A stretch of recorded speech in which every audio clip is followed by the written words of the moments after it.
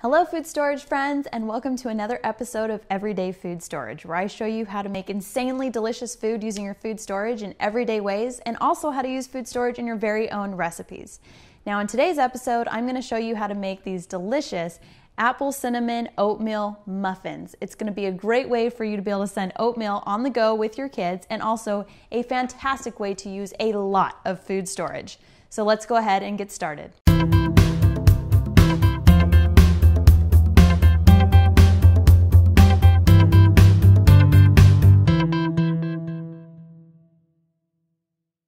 Okay, these apple oatmeal muffins are going to be amazing, and they're going to be amazing for a couple reasons. Number one, they're going to use a ton of food storage. I'm talking powdered milk, whole wheat flour, oats, powdered eggs, and of course the dehydrated apple slices.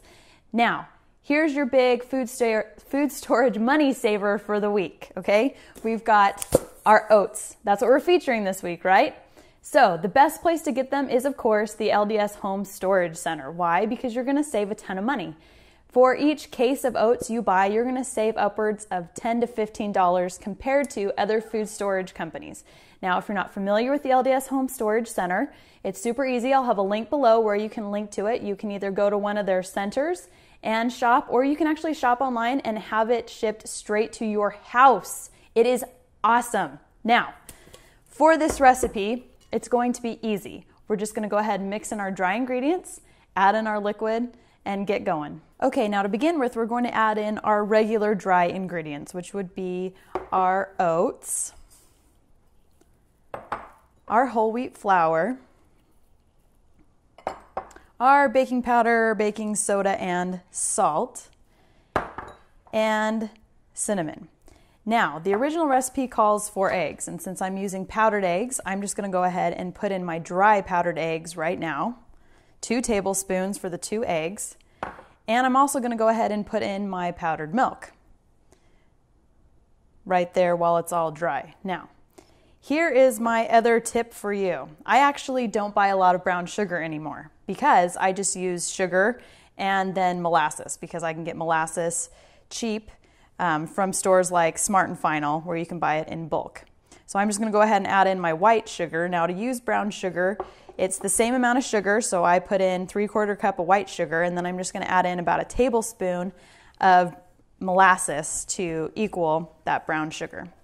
Now we're just going to go ahead and give this a good stir and incorporate those dry ingredients, and then we're going to add in our wet ingredients, which will be the oil and the dehydrated apples. Okay, so once that's well incorporated, we're going to go ahead and add in our oil, our 1 tablespoon of molasses,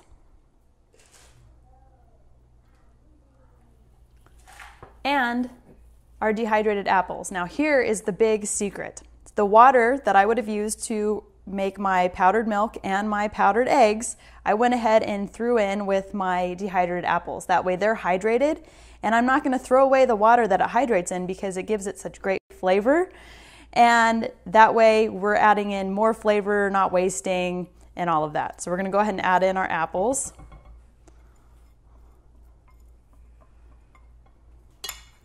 And then we're going to stir until this is combined. Now, just like any other muffin batter, you don't want to over mix it. So we just want to stir it until it is combined.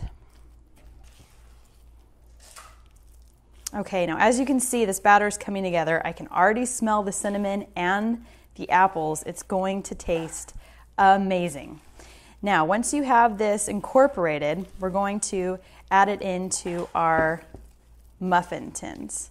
Now you can do this as 12 regular size muffins or 6 jumbo ones, and because I like the philosophy go big or go home, we're going to put them in our jumbo muffin tins. Now the easiest way I've found to scoop muffin mix is obviously a ice cream scoop. Pick this baby up at a thrift store and have never been happier.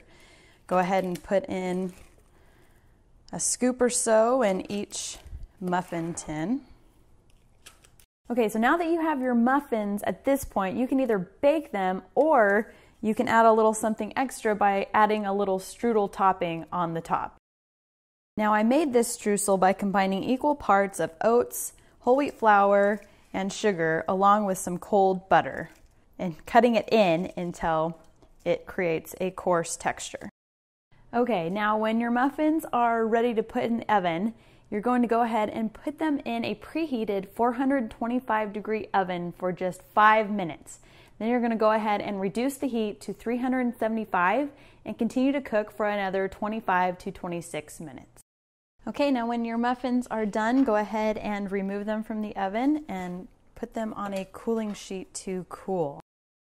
Okay, so my muffins have cooled and I am dying to try them because my whole house smells amazing. You can smell the cinnamon, the oatmeal. It just smells like heaven wrapped up into a muffin. Now let's go ahead and give it a try, especially with the streusel topping. I mean, this is really good. Let's go ahead and get a bite here.